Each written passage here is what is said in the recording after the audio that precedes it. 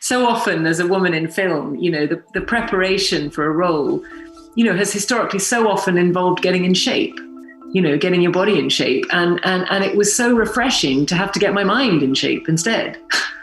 That someone was more interested in the kind of suppleness of my brain than the suppleness of my body. Science is changing. And the very people who are running science are the people who believe the world is flat. And I'm going to prove them wrong.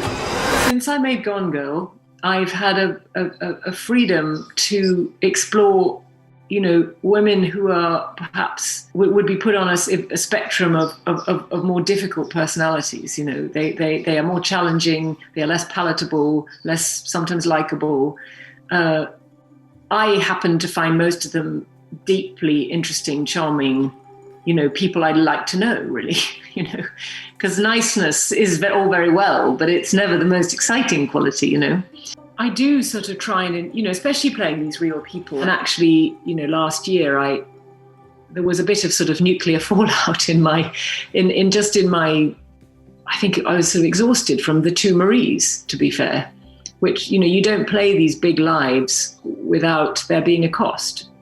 So, does it go deep? Do you live it and breathe it? Does it sort of affect you on a cellular level? And if that's what method acting is, then yes, 100% it does. So when I watch these things back, I experience them as something I've lived. So if I see the scene of when Marie is with Pierre's coffin, I mean, I start to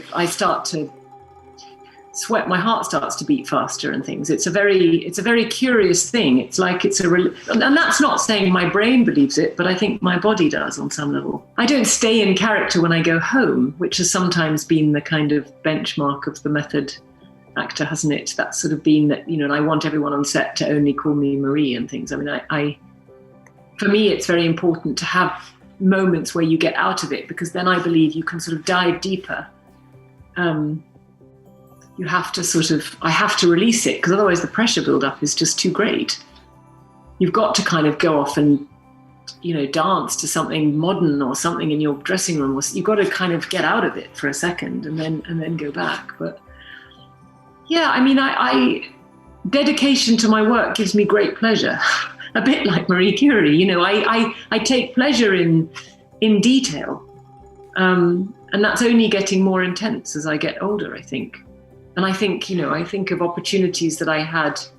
I think I've only really learned how to do it, to be honest, in my 30s, really.